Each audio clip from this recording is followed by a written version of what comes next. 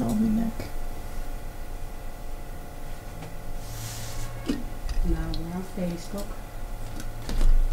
Look at the cameras and wave. Okay. Pongan. Wow. Hallelujah. All right, friends, countrymen, lend us your ears. We are back with another week of Truth Seekers, only the best English radio show at Dios Te Pacto on the internet. Hi, I am Erica, and across from me is the super awesome-tastic Gabriel. Just Gabriel. Oh man, this is super awesome, man. Adopt a label, man. We have the super momtastic, my mother. I still feel really weird saying her first name because she's my mother. Because I thought her first name was Mom the first years of my life. But Miss Elgin, did Jesus? Hi, it's me. Ahoy. Elgin. Hello. It's so good to have you watching, listening, and let's have a good time. Yeah, man. All right. So, well, because I don't remember the specific title of what we were talking about, Gabe, what are we talking about today? So, what we're gonna be talking about today, the title is "Shine for God," and the verses that we're gonna be using are found in the book of Ezekiel, chapter 28, verses 12 through 19. That's a lot of verses. And with this topic, it was something that was chosen mainly because we see people that shine for themselves, that shine for their family, that whatever they do, they're always like, oh, you know, it's for you. I graduated college because of you. I'm doing this because of you. Just shining. When you shine, you're taking, how would I say? You're basically the spotlight. You're the spotlight. And, you know, we rarely do this, but we rarely shine for God. We rarely say like, hey, shout out to God. You know, we say shout out to this person, shout out to my homie at, you know, this from school. It sounds like me. Or shout out to me. Yeah, or shout out to me. And I only want to thank God, but also Jesus. Yeah, we always do that. And well, what are your thoughts about the topic, Erica? I think that that's the perfect way to put it, you know. Being somebody that understands, I don't want to say the music industry because I'm not in the music industry, so let me stop lying. But when you look at these award shows, you know, like the Grammys, and yeah, I want to thank my manager.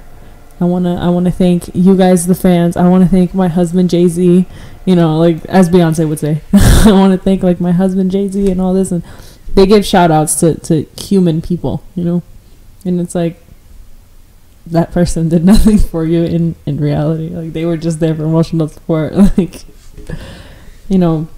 But yeah, you know, you're right. You rarely hear somebody say, I want to thank God for this opportunity. Like they say it, but they say it just to say it, you know, because it's popular. Right.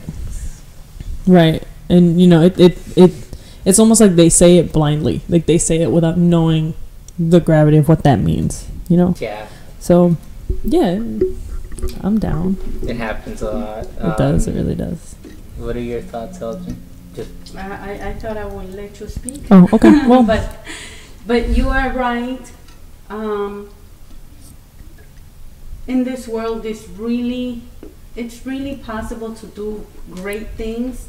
You can accomplish wonderful things. You can do things that people would wish they could do.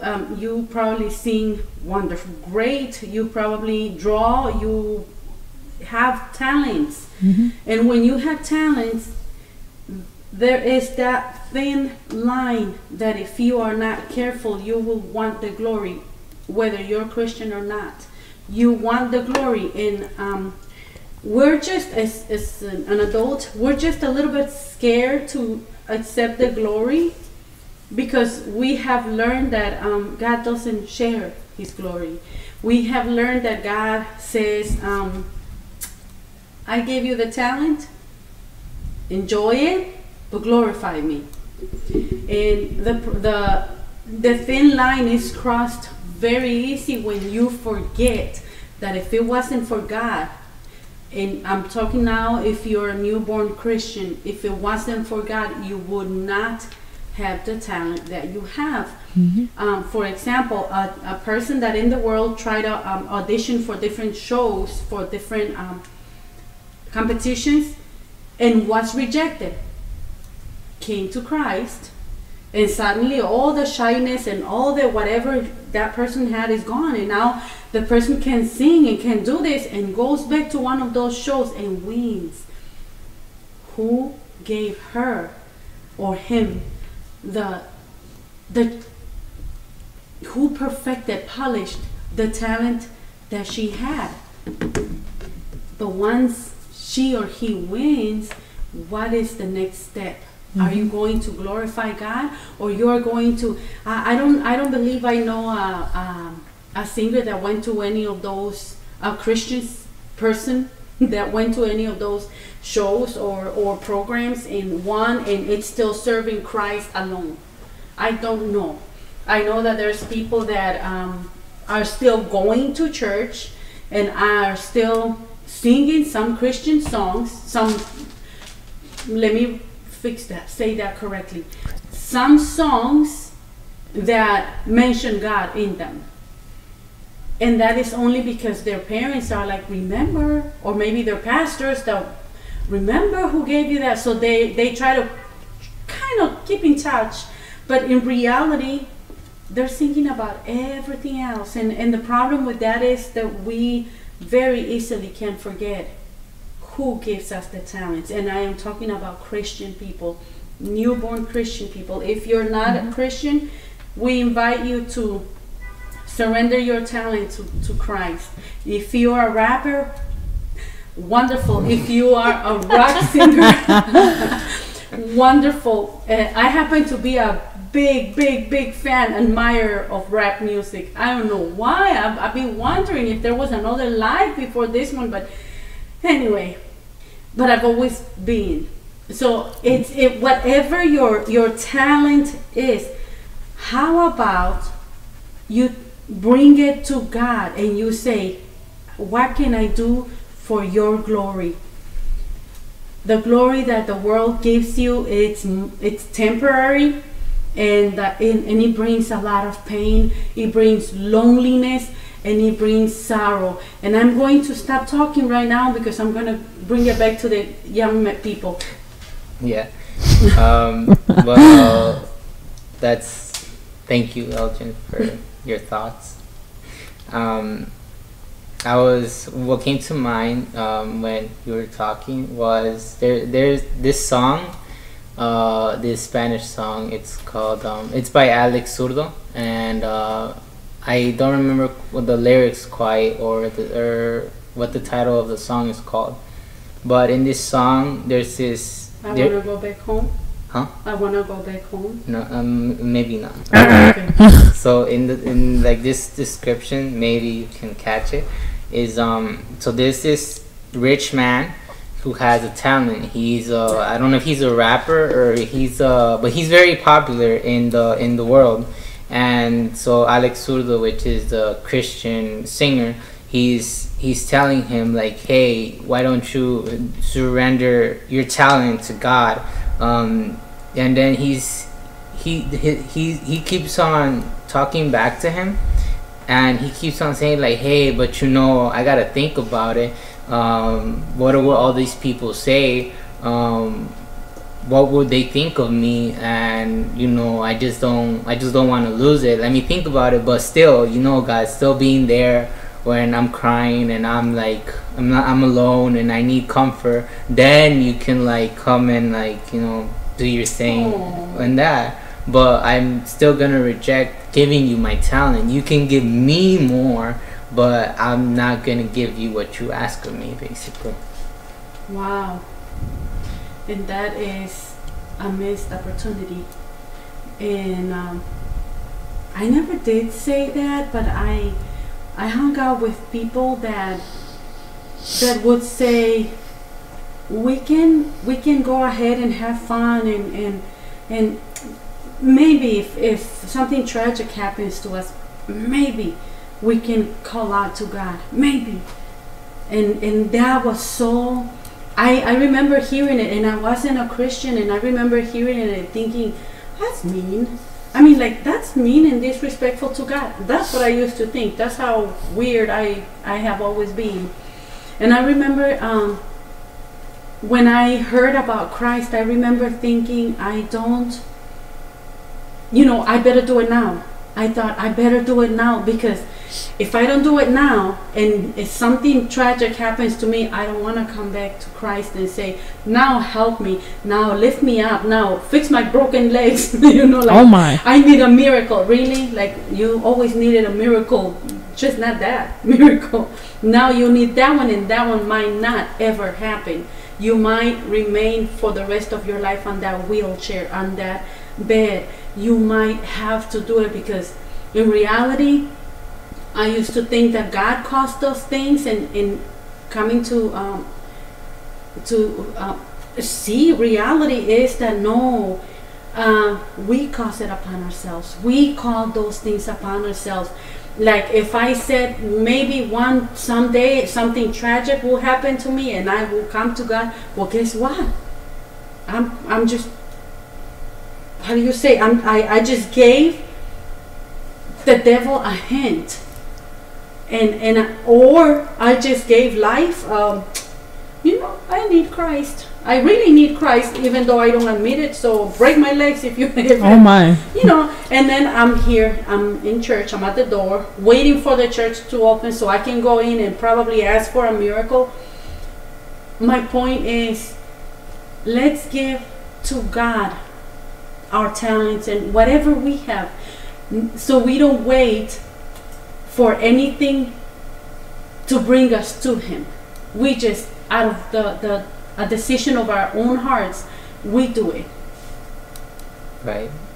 And with that, all of that being said, we're gonna dive right into our, well, not dive in, because that'd be like that would be, we were tiny. Not literally. So in the book of Ezekiel, chapter 28, verses 12 to 19. So little background for this. When reading this, I don't know about you, Erica or Elgin, but I was like, okay, so who is he referring to? It's like, there's this king of Tyre, and like he's somehow relating him to Satan, who used to be a cherub, or I don't know how to say something like that. Yeah. So without further ado, verse 12, God tells, that's what I wrote on my notes. Son of man, take up a lamentation upon the king of Tyre, and say unto him, Thus saith the Lord God, Thou sealest up the sum, full of wisdom and perfect in beauty. Okay, well, my version says, Son of man, sing this funeral song for the king of Tyre. Give him this message from the sovereign Lord. You were the model of perfection, full of wisdom and exquisite in beauty. Wow.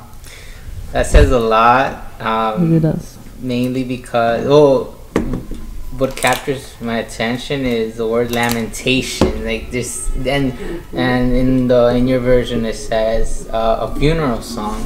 Mm-hmm. When we have a funeral song, it's not happy. It's sad. That's pretty. It signifies somebody passing away. Right. Sadness. He was so. Because I used to know him very well. I remember he used to be there. He used to be everything that anyone would want to admire. Wisdom, beauty. I don't know what else it says right there. Yeah, he was physically beautiful, intelligent, perfect, everything. Mm-hmm. Eric? Well, every time I read this, I forget the king of Tyre part. I always forget that. And I always backtrack to the fall of Lucifer. Always, like, it's, you know, it says, "Haste to the king of Tyre." This is for the king of Tyre. It's like, it doesn't sound like it's for the king of Tyre. I don't know.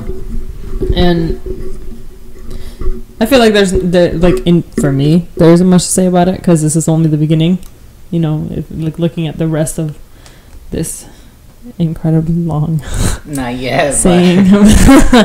But yeah, I mean, it's, you know, it says you were, and I feel like when it says you were, not because, you know, funeral song, someone died, you know, but when it says you were, I don't think it means like you, when you were alive you were. It's like you used to be, this is the person you used to be, and now you are not. Right. So he's already speaking in past tense, or yeah, past tense. But yeah, foreshadowing.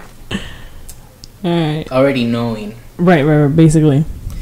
So, do you want to go on to the next verse to, like, so we can, like, put this all together and be like, hey, this is the message.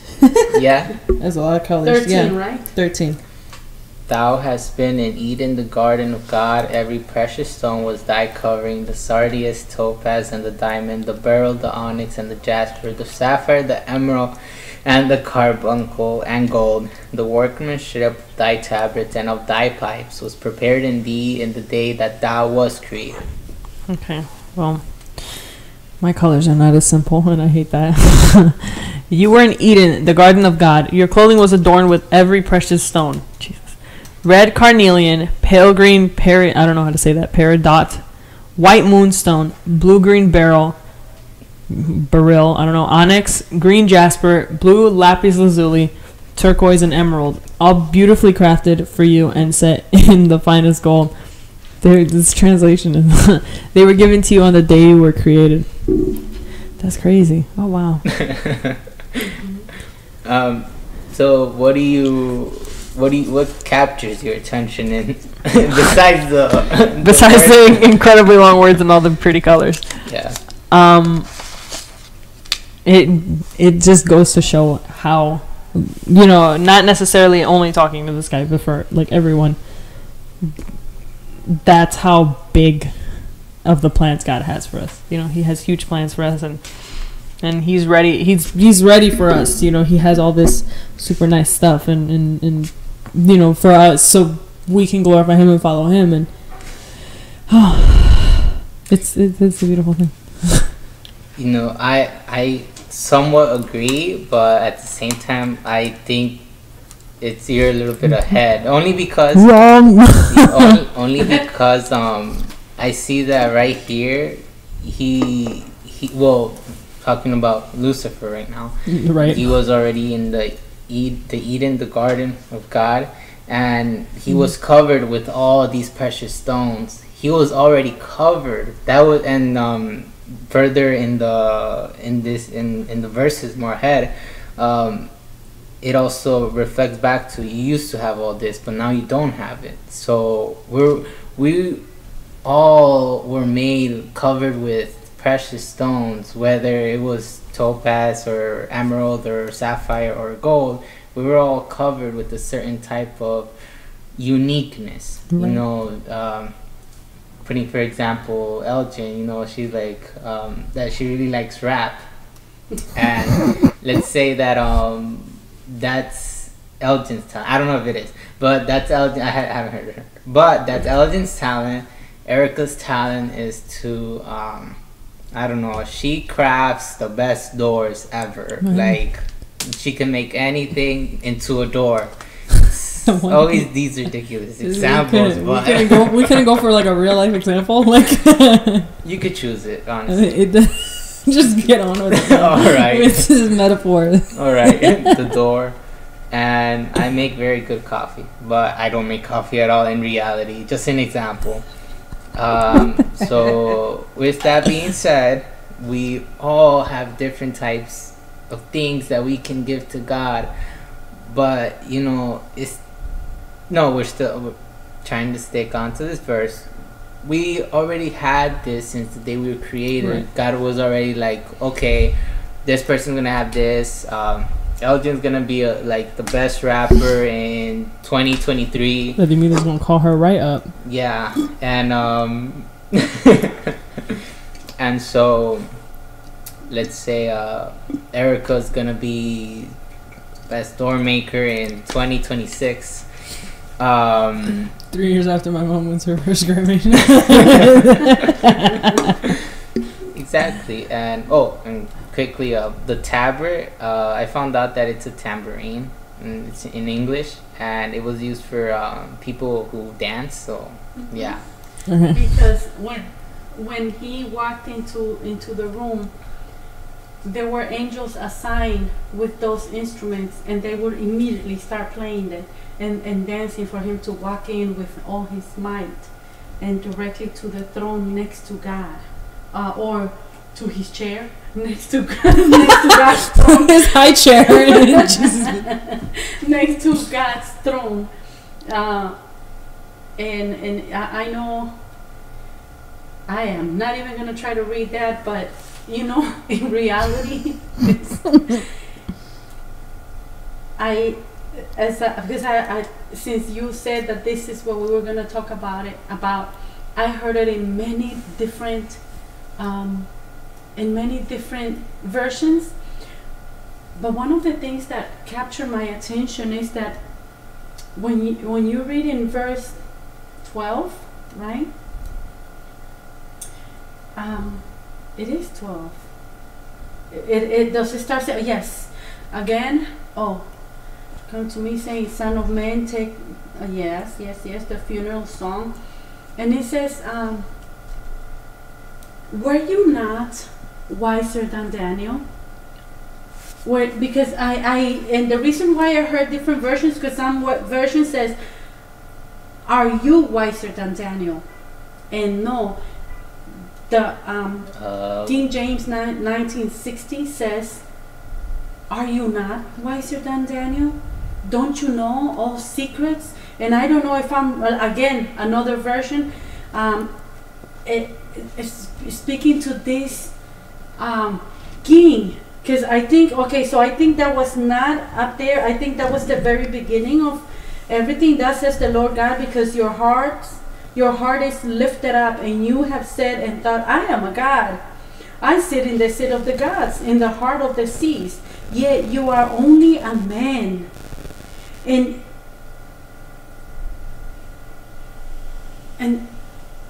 if you go under below that, on verse 12, it starts describing, it starts saying the beauty that he had.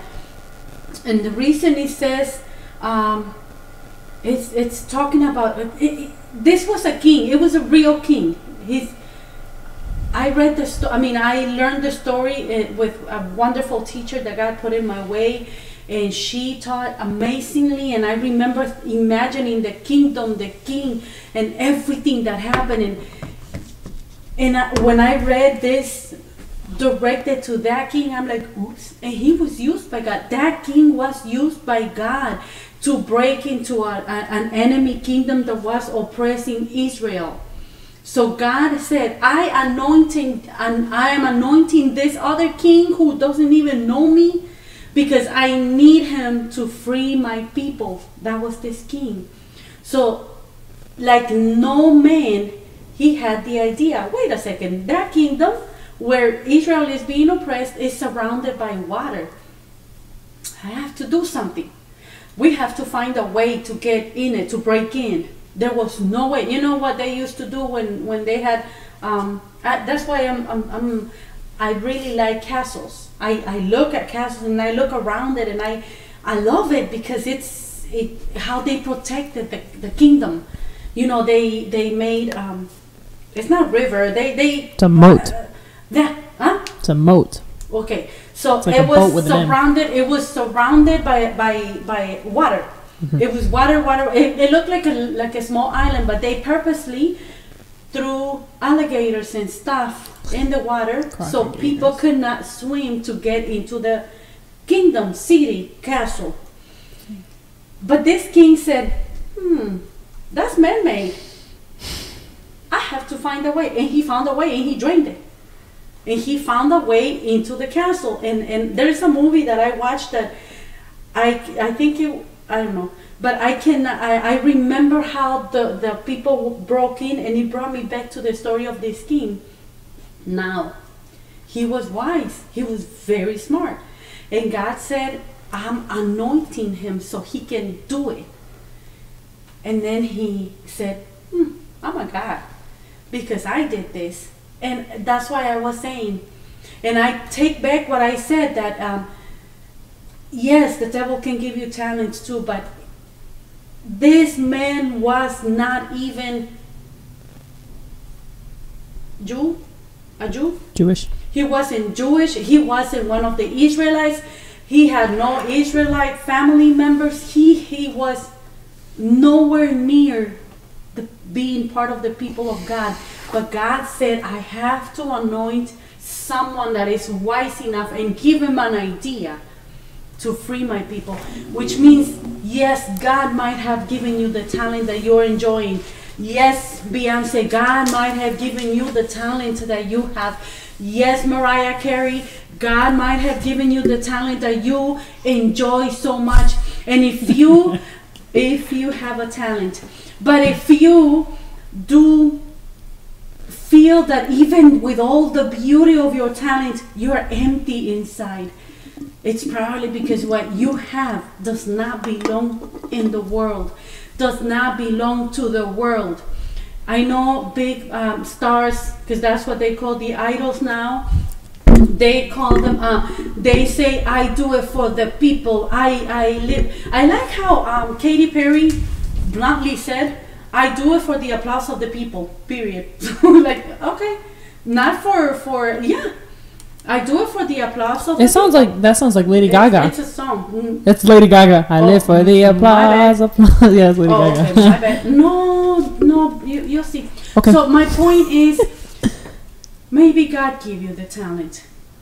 And if you feel awkward with all that talent and all that money and all that fame, and you still feel weird, you feel like you're still missing something. It's not more money. It's not more fame. It's not more fans.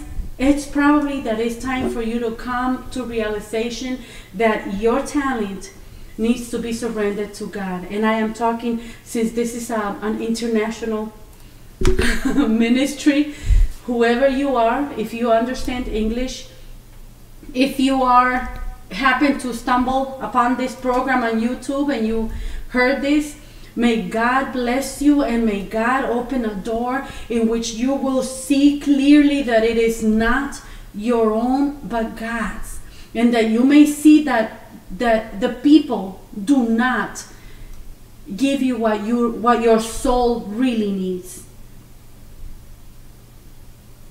Thank you, Elton. Okay. So we were on verse 14. Or we just finished 14. Yeah, what she said. We finished 14? No, 13. Oh, because what I was saying about God giving them the talent is because the very last sentence, it's a compound sentence, right? The very last part of the last sentence says, they were prepared on the day that you were created. And that's what I usually get excited when I mention this, when I'm talking to other people, how when he created this angel, he prepared everything. When he anointed this king to do what he did, he prepared what he had. So God is using, in reality, I think that in this case, he was talking to this man, to Ezekiel, really expressing how he felt about Lucifer, how he felt about that angel that betrayed him. That was actually, but he also needed to talk to him about what he was about to do with that king, whose name I don't pronounce. He who shall not be named. No, I just call him King of Wheels. Tyre, right? Oh. Okay. King of Wheels. Yeah, so yes, it says the very last part, they were prepared on the day that you were created. And you can read 14 now. Thou art the anointed cherub that covereth, and I have set thee so. Thou wast upon the holy mountain of God. thou hast walked up and down in the midst of the stones of fire. Oh, okay. Mine says, I ordained and anointed you as the mighty angelic guardian. You had access to the holy mountain of God and walked among the stones of fire. What? Yeah. Wow. No, I said Legos, but you know. Oh, Legos. So for anyone who doesn't know what it feels like to have a Lego and step on it, nah, I'm playing. We're not gonna Essentially, get to stone of fire. that. We're not gonna get to that. Maybe in some other program for some other time, for another day and another year. Okay. So, Oh, we're hilarious. um, Should do this more often, you guys. hey, make a second radio program. Nah, sorry for getting distracted. So in this, actually, I wanted to know more about what it means to be anointed, because as Elgin said, that the king of Tyre was anointed to free the people of Israel, and also this cherub, which we know is making a reference to Satan, or X name was Lucifer. He was also anointed, and you know, what is the meaning of being anointed? Is there something? When you're anointed, only God can give direction to a pastor or an apostle to anoint someone. If they do it on their own, it's not valid. Because when God anoints someone or has someone anoint someone, it's giving him part of his authority to do. Like he anointed, he asked Samuel, Samuel, I need you to go and find me one of the kids of this guy, because I need you to anoint him as a king. And so if you read how David functioned, David wrote so many beautiful songs, and which are now songs, and he had a part of God. When God anoints you, he gives you a little bit of himself. He that's why an anointing cannot be taken so lightly. I cannot say to whoever, like, let me anoint you. No. That's spiritual. It's something spiritual. It's authority that you get. You get a share of his authority, depending on what ministry you're being anointed for. Okay, thank you. And with that, he was upon the holy mountain of God and walked in the midst of the stones of fire. I know my apostle told me not to Google things, because you know it doesn't. I don't know. I took it as it's as saying that you're not prepared. But I wanted to know what other people's thoughts were on what was stones of fire. I found an interesting one that somebody thought that the stones of fire probably referred to the stars or something, but I don't know. So yeah. What do you think, Erica, or your words? I think it's a metaphor. You had access to the holy mountain of God and walked among the stones of fire. Like, you know, speaking from God's perspective, I gave you the ability to walk among stones of fire. You know, you had this. But that's how much. Walks out among Okay, stones you know of what? fire, but and she knows where I was going with this. You know where I was going with this. Okay. No, meaning the stones of fire, like holy fire, maybe. Like, you know, like, again, you had Right. this. You had this authority. You had this. Why you throw it away, man? Like, why you do this? Okay. You know. Yeah. You walked up and down in the midst of stone. In the midst, In the does midst. that mean like there's Right. like this fog or something? That's the mist. That's In the mist. What is the In the midst, like in the middle of everything. On the stones of fire. It's in in. the mist. Well, Like, no. Let's say this, like, even the stones will move aside, so you walk. No, because it says among the stones of fire in my version, meaning on top of. Never mind, I lied. That was true. No. She said she's right. It says among or it says among is in like the in. midst. It means like They both mean the same thing. right. It means like you're able to not step on them. Okay. So Right? walk up Yes! in the You midst, in you have between. the ability to Inside. not step on them. Inside. Okay. Right. Inside. So yeah, and now he's there Okay. to continue. So 15. verse 15.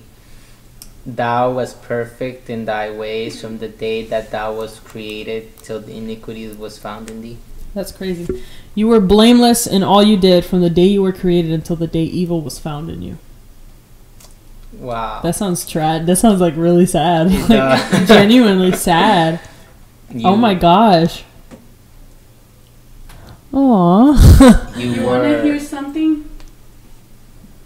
already Yes. listening. Okay, so Yes. thou read it again. Thou wast perfect in thy ways from the day that thou was created till iniquity was found in thee.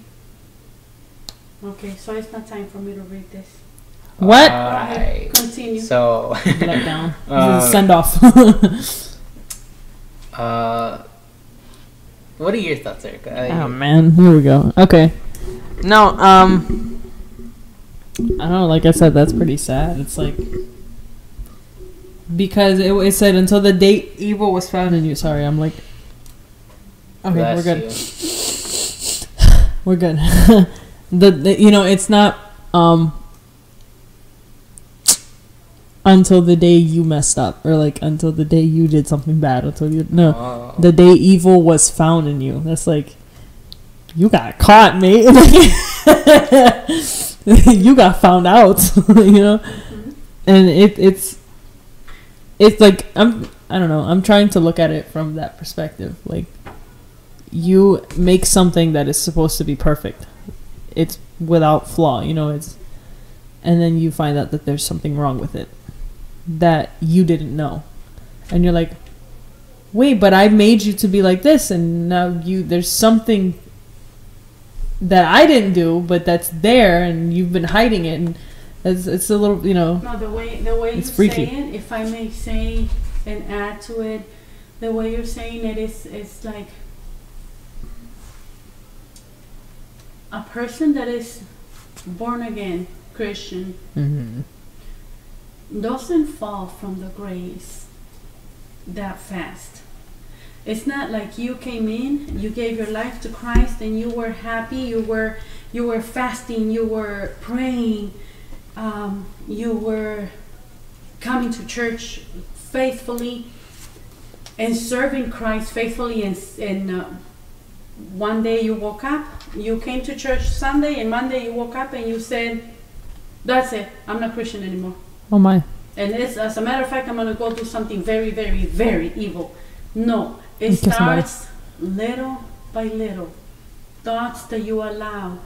So the good feeling of fame, the good feeling of having people, and now I say it because you have those wonderful talents that we've all seen. All that beautiful things that you do, all those beautiful things that you do. And I like my English. You said it, All not those me. beautiful things that you do, if you're not careful, can really, really distract you from giving God the glory. Can keep you from acknowledging that you're nothing without Him. That without Him, all that talent, it's actually worthless. Because we love, and I'm using you because you're my daughter, and I can't, no, I'm using you. I'm using her because she's my daughter, and later she will talk to me at home and we will clarify things a little. But in reality, it's like we love what you do, but when we clap, I make sure that when I clap and when I show off your talents, I say, God did it. It's only God. It's like without God there will be emptiness, you know? There will be ridicule.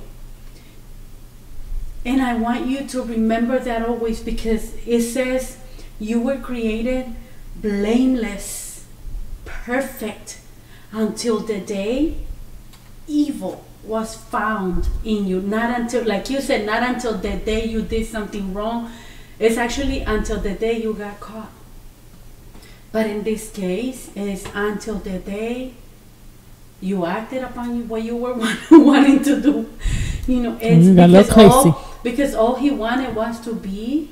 And I have, you know what the evil was? It doesn't say it, right? It only says what he did. Mm-hmm. And let me tell you what he did. She about to do us an education. It says, no, wait. Okay, it says on Isaiah chapter 14. Oh, I have to take this off. Verse 12, it says, "You, the bright morning star, have fallen from the sky. You brought down other nations. Now you are brought down." He brought with him 1/3 of all the angels that were in heaven serving God. That's crazy. You said to yourself, "I'll climb to heaven and place my throne above the highest stars. I'll sit there with the gods far away in the north. I'll be above the clouds, just like God Most High." But now you are deep in the world of the dead. That's what he wanted. He wanted to be like God. And he said, he did say, "I'll be one of the gods." But then he says, "I'll be like God Most High." And this is how I like Isaiah. That's why, because it's so clear. It's like evil was found in you. You had been wanting that because you had the freedom of walking in, and people bowed down, and people clapped, and people went crazy, and people made instruments for you to hear them when you came in. Have you noticed when big concerts, worldly concerts, we don't see it in. Okay, I was gonna go but you know, people make because we just went to a concert. People make signs, and they want the singer, whoever is there, to read the sign, and usually says, "I love you, Shakira. I love you, Shakira." You know, it's like because I don't want to mention the whole name. But they show they make signs, and they show those signs, and they're so happy. So if they did that to Toby Mac, if they did that, then his responsibility, and he did it, which is great, is to make sure he gives the glory to God immediately, and not feel like I am so great. You know, because in reality, we without God are really nothing, and that's the reason why Satan, that's the evil that was found in him.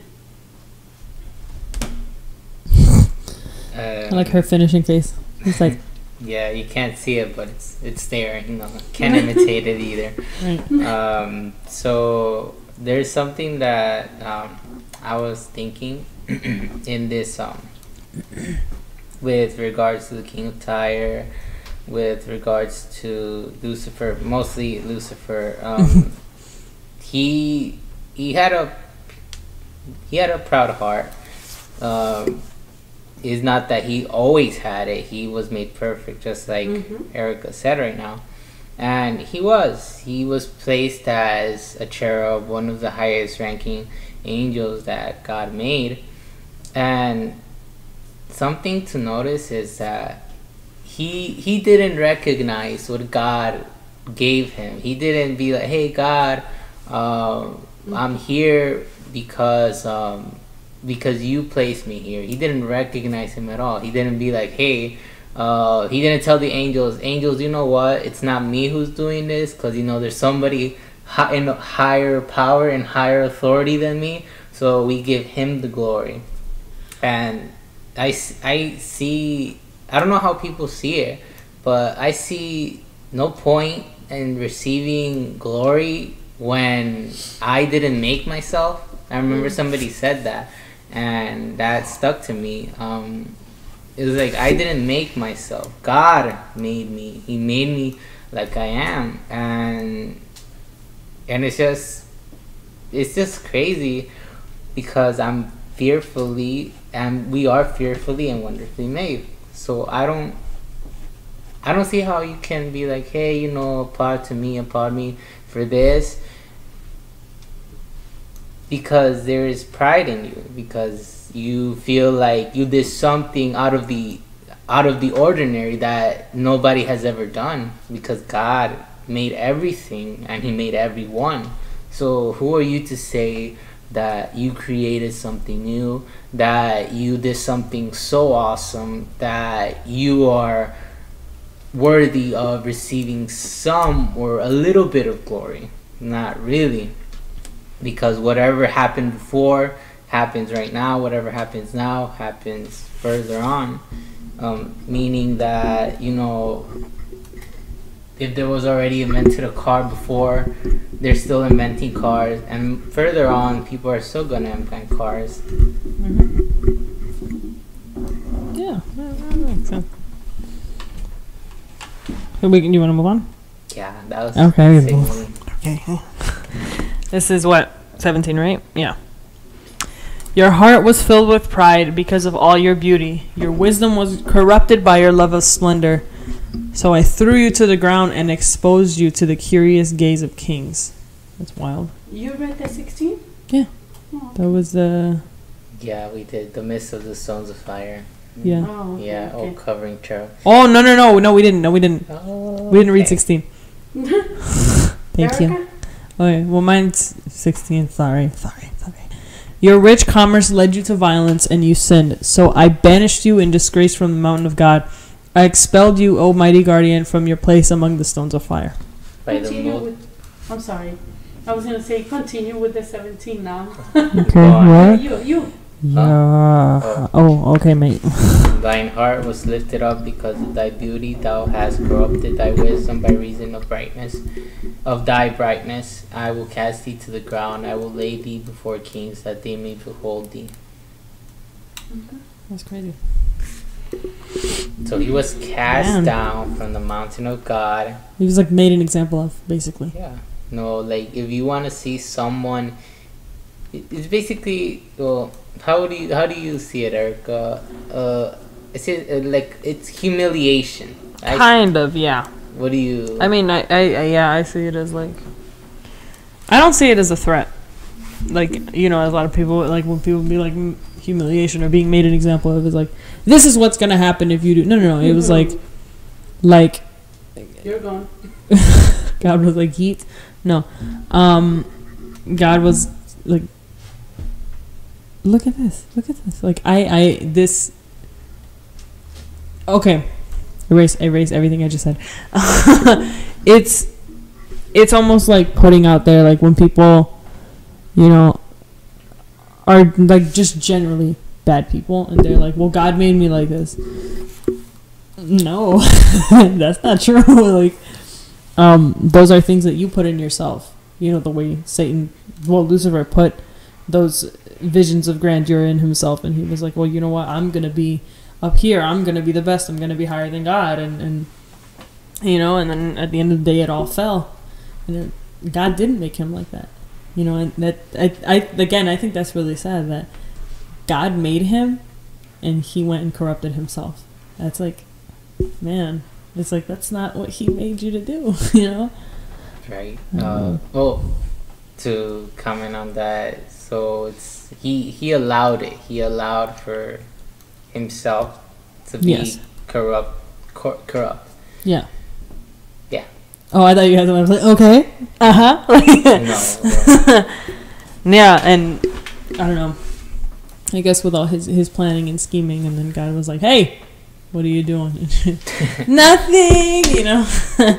You know, and God cannot be around sin. You know, we all know, we talked about that God can't be with sin. He can't, like, he can't, you know. And in seeing that, God had no other choice but to cast him out. You know, it wasn't like he was gonna be like, well, it's okay, we can rehabilitate you, you know, you're gonna be fine. No, God had to send him away from heaven, you know. Okay. Why Well, Why did I know that was coming? I knew. I was like, he's gonna ask me why. Yeah, because they gotta know. Why? I just barely said why. Erica was commenting. I knew he was gonna say why. Why can't God be around sin? Mother, it's your turn. Because God is holy. Exactly. God is pure. Yeah. Okay. Yeah. That's exactly what I was gonna say. I was just testing you. I wanted to see what you were gonna say. We support each other a lot. Squad goals. It's intense. Well, I see it's intense. He in verse 16, by the multitude of thy merchandise. In another version that's buying and selling, they have filled the midst of thee with violence, and thou hast sinned. So directly saying, you sinned. You done messed up. You goofed. It's saying by your bright talent, by working with your abilities that were given by God, by being able to use your talents, your abilities, your gifts, you sinned. Mm-hmm. You just sinned. So, anything else to say for the verse 17 so we can go on to 18 and 19? No, let's just go on to 18. Let's do it. Ripping off that Band-Aid. That hurts. Thou hast defiled thy sanctuaries by the multitude of thy iniquities, by the iniquity of thy traffic. Therefore will I bring forth the fire from the midst of thee. It shall devour thee, and I will bring thee to ashes upon the earth. In the sight of all them that behold thee, all they that know thee among the people shall be astonished at thee. Thou shalt be a terror, and never shalt thou be anymore. Oh, just to clarify, whenever they say thou and thee, it means you. Okay. Yeah, thank you. That's a lot of... Well, what was that? You finished it? Yeah, that was 18. I want to read just a parallel. Isaiah 14, verse 16. Mm-hmm. Those who see you will stare and wonder, is this the man who made the world tremble and shook up kingdoms? That's wild. Mm-hmm. Well, my version says, you defiled your sanctuaries with your many sins and your dishonest trade, so I brought fire out from within you, and it consumed you. I reduced you to ashes on the ground in the sight of all who were watching. Jeez. And, yikes. So why did all this happen? Did you read 19? No. Oh, you read 19? No, I read both of them. Oh, okay. So listen to this. What? Oh, I have to read sorry. 19. Oh, you're gonna read 19? Yes, hold your ponies.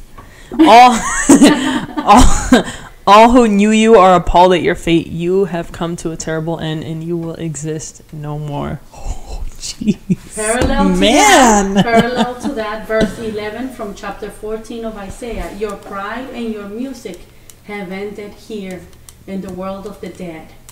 Worms are your blanket, maggots are your bed. It rhymes. Yeah. So he was perfect in his ways until evil was found in him, and now in this he's basically a terror. And well, that's what it says in my version. Thou shalt be a terror, and never shalt thou be anymore. He basically finished. He created him to be perfect and beautiful and perfect. Yeah, man, I don't know. I can't even turn you into ashes. Isn't that? And what I read, your music has ended here. It's like we are responsible to give God the glory for real, not just say, to God be the glory. No, for real, the way we conduct ourselves. We need to give God glory, more glory than we usually do.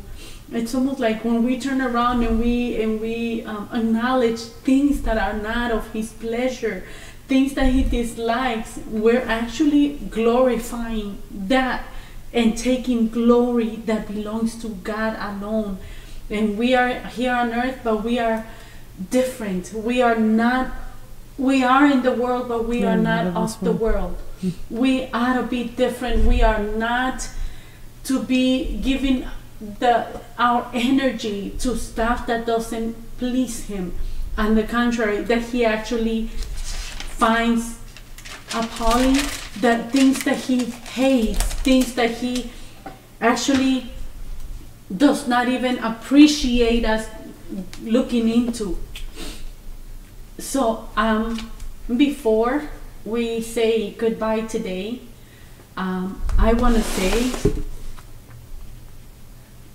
let's keep ourselves pure, let's keep ourselves focused, but more than anything, let's keep giving all the glory of everything that happens to us just to Christ, just to God.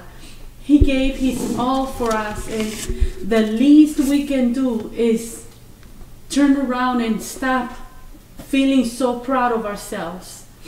So let's not forget that anything we had, doesn't matter how small the talent might seem, maybe with some polishing it will come forth and it will be wonderful. But we need to remember, no matter where you're at, if you're starting or if you're up there already, give him the glory, and to him alone be all the glory. Erica? Always wear your seatbelt. Just like Elgin has says, to give God the glory. And I was thinking, okay, how do we give him the glory? It's to recognize him, to know that what you have, he gave you, to recognize that, to not forget, because I don't know if this happens to anyone else, but I'm sometimes kind of forgetful, and that really, like, it really stings, because then you're like, oh, why am I doing this? And like, what for? And then it's like, right, light bulb thing, of course. Yeah. Yeah. Or you start singing to God, and then you end up fixing music for the woman, for your woman, for your man, for yeah, lady, for men in general. Yeah. You forget that your talent was given to God's glory only. And I want to say, remember, God loves you. He made you wonderful. He made you special, and of course he loves you very, very much, and so do we. Be blessed, have a wonderful week, and please tune in next week.